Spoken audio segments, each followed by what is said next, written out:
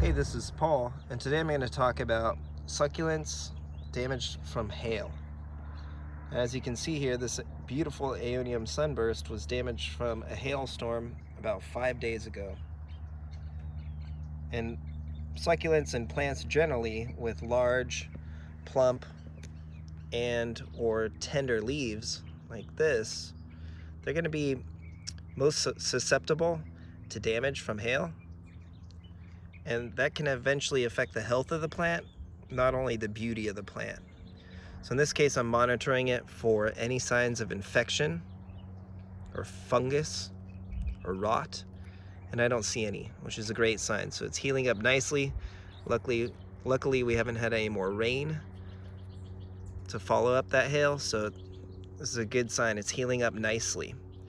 Now, Aeonium sunbursts are probably the most extreme examples of hail damage. You can see some of my other varieties like Plum Purdy here has damage as well. It's a bit more minor. So let me go ahead and show you some other varieties of plants that get damaged from the hail, and also some ways to treat them if they're damaged. So here are two common plants that get pretty damaged from hail.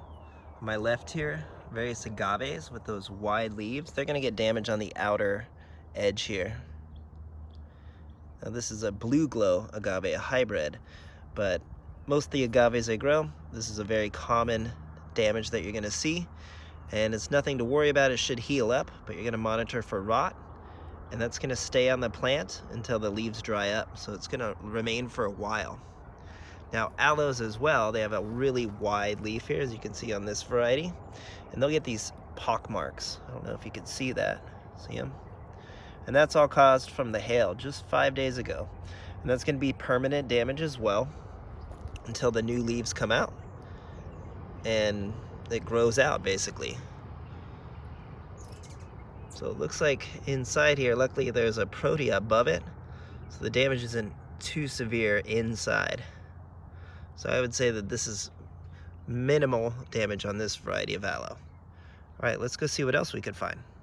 Now various Hylocereus species or dragon fruit will get really damaged as well. You can see the young growth, how damaged it is from the hail, as well as the older growth too. All these little peck marks and yellow spots, that's all caused from the hail just 5 days ago. Now you can see the new growth is even more tender, and that's where it's gonna get it the worst, right here. See that? And so various epiphytic cacti will get damaged from the hail, and then you can see here they're starting to have a little bacterial infection. That's rust. That's the common name for it. So I'm gonna need to spray that with neem oil in a few days. I don't wanna do it yet because I want this to callus over a little bit better. I need maybe another 3 or 4 days, and then I'm gonna give this a really good spray with neem oil to treat this rust. And that bacterial infection is a result. It came in most likely due to the damage caused by the hail. So this typically happens in Southern California. You'll see it here on dragon fruit plants and epiphytic cacti, because the moisture sits on it, and once there's some damage on that young growth, that rust will get in and penetrate into that plant. So definitely, I would say, even more than the aeoniums, dragon fruit get really damaged from hail, as you can see. All right, let's go see what else we can find. So Crassula plants, or jade plants, kind of messed up some of the flowers here that were open from the hail, but also you'll see that it's going to leave these pock marks on the leaf as well. So all of these marks are caused from hail. So they're definitely damaging to these really wide, tender, succulent leaves. So you can see some of the aeoniums don't get it as bad. Again, this is a Plum Purdy variety, but kalanchoys get it really bad as well. You can see all the marks here, the damage. So definitely these wider, tender leaves are really prone to getting damaged from the hail. As well as, let's see over here, here's another Aeonium sunburst. You can see they just get damaged the worst in my opinion. And a foxtail agave. So again, look at all the peck marks on the leaves, and that's all from destructive hailstorms. All right, let's go make one more stop and see what else we can find and talk a little bit more about treatment. So Echeveria, or in this case Fred Ives, will get severely damaged from hail. You can see I should have covered it. Now it's a sight for sore eyes. But give it some time, it will grow out. But again, all these leaves will never heal. They're just always gonna look scarred like that. But again, luckily there isn't any damage on this. And if there were broken leaves or broken branches, you're gonna wanna prune that off. So let me go find some with some damage that we actually have to treat, and I'll show you how to do that. So here is a heavily damaged Aeonium sunburst. And so what you want to do first is you want to pull off any of the dead leaves or any dead branches that are on the plant. It's going to help. In addition, see all the damage from it.